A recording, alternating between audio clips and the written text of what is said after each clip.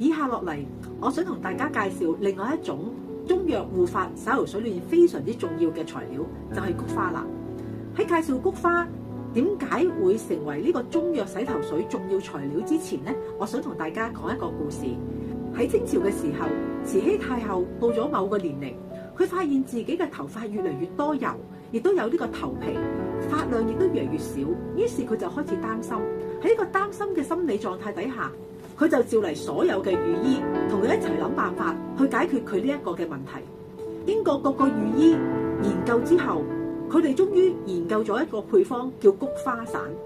菊花散係以菊花作為主要嘅入藥嘅材料，加上其他嘅中藥，例如桑白皮、側柏葉、萬荊子、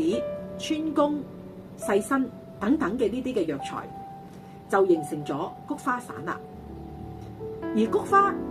正正係菊花散裏邊嘅靈魂，亦都係最重要嘅原材料之一。聽講慈禧太后用咗呢個菊花散熬製而成嘅中藥洗頭之後，到佢年紀老咗，佢嘅頭髮依然烏黑濃密。咁到底菊花作為菊花散嘅主要材料，佢有啲咩嘅功用呢？菊花有驅風、散熱、涼血、消炎嘅作用，可以養髮、育髮，令到頭髮烏黑、健康成長。嚟到呢度，我哋又翻去 DHT 呢一種雄性嘅激素同埋馬拉色菌引致我哋嘅毛囊同埋呢個頭皮發炎，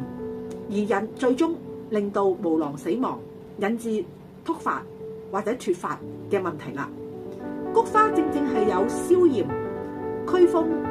清熱、涼血嘅功能，所以咧佢可以幫助我哋對抗因為 DHT 同馬拉色菌而引發嘅炎症，令到我哋嘅頭髮可以有一個健康、乾淨、衛生嘅環境生長，繼而可以防止我哋脫髮，甚至因為雄性嘅激素引發嘅禿頭現象啦。